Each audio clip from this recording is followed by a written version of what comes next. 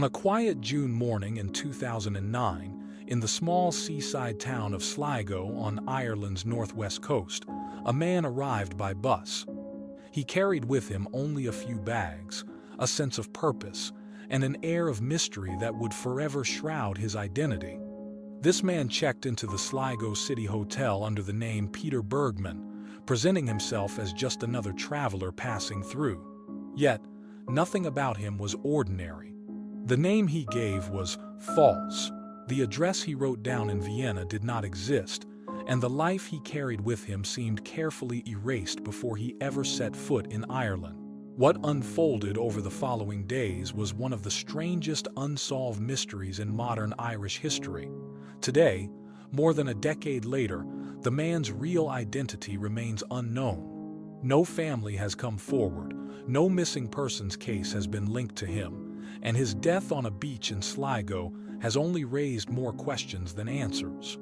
This is the haunting story of the man the world came to know as Peter Bergmann, or simply the Sligo Man. From the very beginning, it was clear he was a man who did not want to be found. Surveillance footage captured him moving deliberately through the town. In one clip, he is seen walking into the local post office. In another, he buys several stamps and stationery. At times, he sits quietly in cafes, sipping coffee, appearing perfectly normal, perfectly unremarkable. But there was something unnerving in the way he conducted himself. He avoided unnecessary conversation. He never revealed too much. And in the privacy of his hotel room, he carried out a ritual that would puzzle investigators for years. Each day, he left the hotel with a purple plastic bag, and each day, he returned without it. The contents of those bags were never found. What was he disposing of? Some speculate he was deliberately erasing any trace of his real-life documents, photographs, medication, or personal belongings. CCTV footage showed him walking into side streets, never returning with the bag he had left with. It was as if he were systematically dismantling his identity, piece by piece, ensuring that when the time came, the man known as Peter Bergmann would simply vanish into thin air. The staff at the Sligo City Hotel remembered him as polite but distant. He spoke English with a strong German accent, though no one could place exactly where in Germany, or perhaps Austria, he might have come from. He was described as slim, about 1.79 meters tall, with gray hair, blue eyes, and glasses. He dressed neatly, always in black clothing, pressed trousers, clean shirts. Nothing about him suggested he was in distress. To anyone passing by, he looked like a respectable man, perhaps a businessman, a retired professional, or a visitor on holiday. But his actions told a different story. One of the girls that would clean the rooms came down. They couldn't get into his room, so I went to the room that day and I knocked and I got no reply. So I opened the door and I went in, and as I walked in, I knew I startled him. He was just standing inside the door from us. Remember, it was kind of like he froze and he looked at me. It wasn't that kind of a startled look. It was nearly like as if I caught him doing something that he shouldn't have been, or that I caught him off guard. It was relief, I think, that it was me. Whether he was expecting somebody or something, I don't know.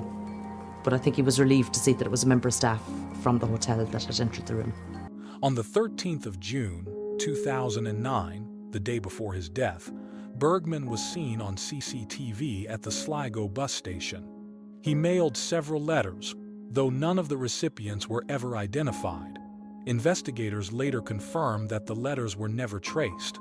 Whatever he wrote, whoever he wrote to, remains a secret that died with him. That same day, he purchased a number of stamps and envelopes. He also bought a map of Ireland.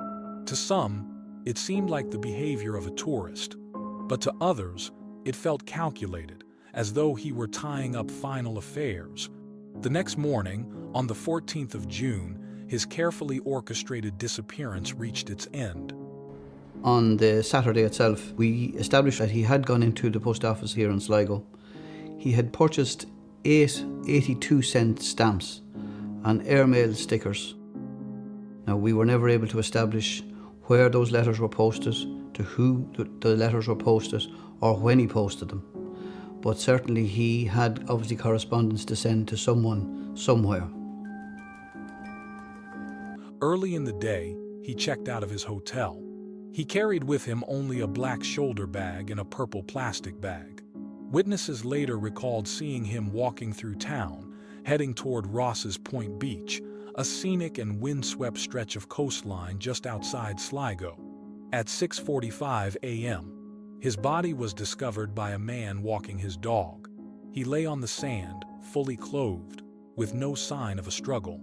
The tide had washed gently around him, but there were no indications of drowning. Nearby, his belongings were neatly arranged: a leather jacket, trousers, a belt, underwear, and his watch. Strangely, his shoes and socks were absent, as if he had intentionally removed them before lying down. I was out for dinner with my girlfriend Caroline. It was her birthday, but it was late, and we said we'd come down for just a walk on the beach before we headed home. We were walking back up towards the ramp, and the man was walking down the ramp, obviously to come onto the beach when we first encountered him. He had grey hair, black leather jacket, pale enough skin. He didn't really say anything to us. We said hello to him. He nodded back, and he didn't say anything else. Only for the fact that it was 10:30, 11 o'clock. I would have completely forgotten about it, just like any other encounter I have with any other person there. When authorities examined his body, they found something chilling. Despite his seemingly healthy appearance, the autopsy revealed he was suffering from advanced prostate cancer and bone tumors. He had been in the final stages of his illness, in great pain, and yet he had carried no medication. His internal organs suggested he had been taking treatment at some point, but nothing of that kind was ever found in his possession. Toxicology reports showed no signs of poisoning. There was no evidence of foul play. The official cause of death was listed as a heart attack, but to many, this explanation felt incomplete. Why would a man in such poor health travel across Europe under a false identity, carefully disposing of all personal items, only to die quietly on an Irish beach? Investigators traced the alias Peter Bergmann back to the hotel registration. The address he gave, an apartment in Vienna, was false. No such address existed. His journey to Sligo was reconstructed through ticket purchases. He had traveled by bus from Derry, having first arrived in Ireland from Scotland. Before that, his movements grew hazy. Immigration checks at the time did not raise any flags, as he was traveling within the European Union. It was as though his past life had been scrubbed away, leaving only the final act. The mystery deepened when police made a public appeal, releasing CCTV footage and forensic reconstructions of his face. Newspapers across Europe carried the story. His image was shared widely, and yet no one came forward to claim him. No family, no friends, no colleagues. For a man in his mid-50s or early 60s, this was extraordinary. Most people leave behind some digital footprint, some financial record, some connection. But Peter Bergmann left nothing but silence. Speculation ran wild.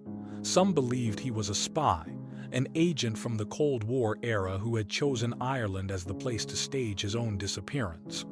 Others suggested he was fleeing a troubled past, perhaps a man escaping debts, or worse, justice.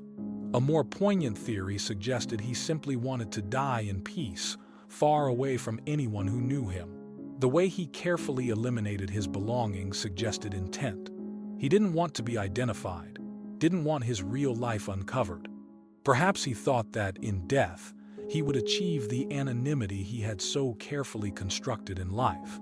For the people of Sligo, the case remains an unsettling memory.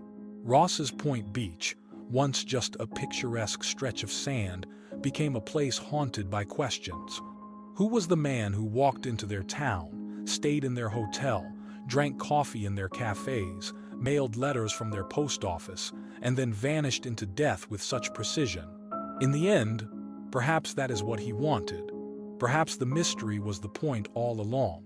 But for those who still search for answers, the story of the Sligo man remains one of the most chilling unsolved cases of our time, a reminder that in a world where nearly everything is traceable, A determined individual can still vanish without a trace.